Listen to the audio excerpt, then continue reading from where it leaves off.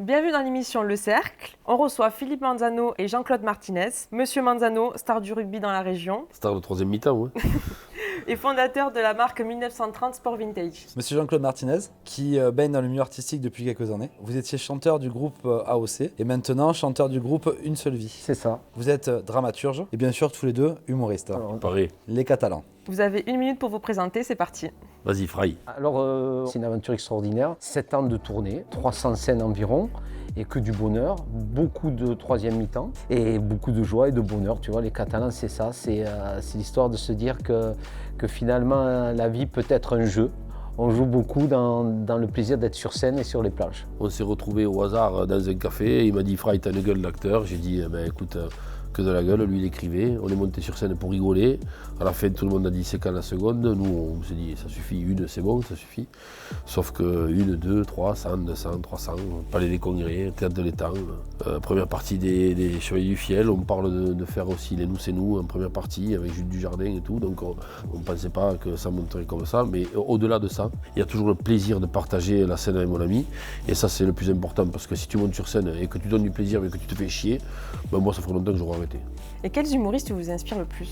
Moi, c'est De Funès. Mais vraiment, moi, j'ai été bercé par l'école de De Funès. Et aussi par, si tu veux, l'arrière-scène de De Funès. Il faut savoir que c'est un gars qui pouvait jouer que s'il connaissait tout le monde sur le plateau. Alors moi, Gad Elmaleh me plaît beaucoup. Mais après, dans les nouveaux là, qui arrivent et que je trouve extrêmement bons, c'est Artus.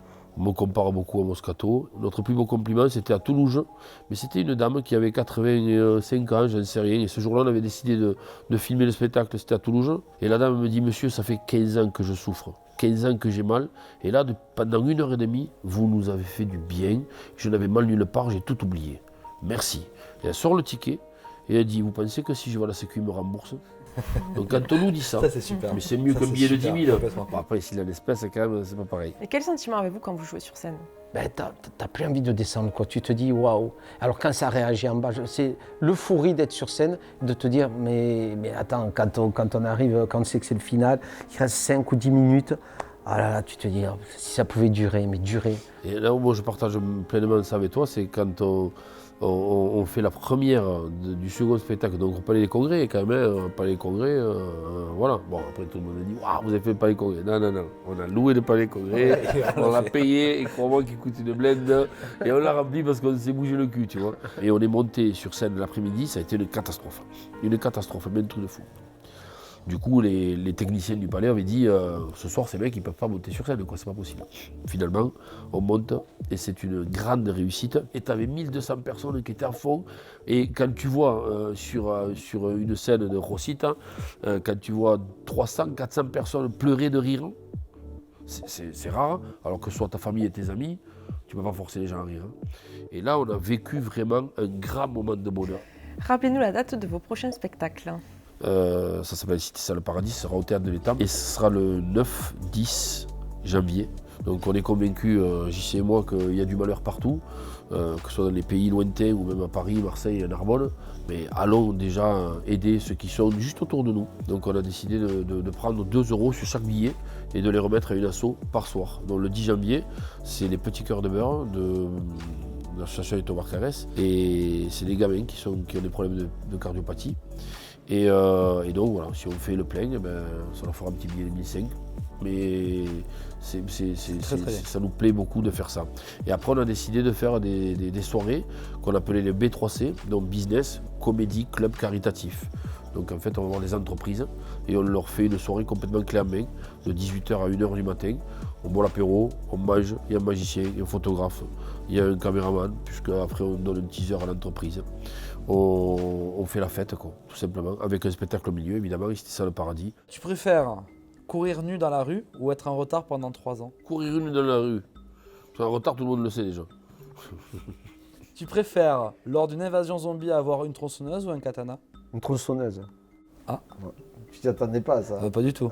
Parce que quand t'as plus d'essence, comment tu fais? Écoute, Tu prends le katana. Voilà, tu prends le katana. Il est pas con celui-là, ça me déconne.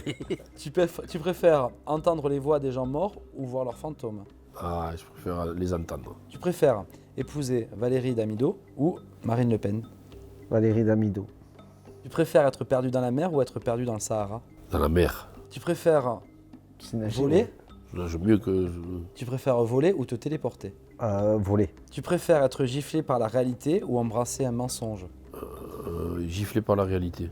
Tu préfères omelette à la confiture ou spaghetti au Nutella? Omelette à la confiture. Tu préfères ne pas travailler et avoir 6 000 € par mois ou travailler et avoir 12 000 € par mois? Ah, 6 000.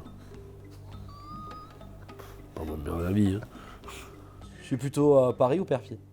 Perpi, tu es fou quoi. Collioure ou les Angles? Collioure. Tu es plutôt idéaliste ou réaliste? Idéaliste. Tu es plutôt aventureux ou prudent? Aventureux. Tu préfères avoir une Ferrari à vie ou avoir le traîneau du Père Noël une fois par an? Le traîneau du Père Noël une fois par an. Tu préfères pouvoir changer le passé ou pouvoir changer le futur? Ah, le passé. Tu préfères gagner 1 million d'euros et en donner 900 000 aux impôts ou gagner 100 000 € et les garder pour toi? Gagner 100 000 € et les garder pour moi. Merci à vous deux pour être venus dans le cercle. Merci à vous. On retrouve toute l'actualité sur les réseaux sociaux et sur leur site internet.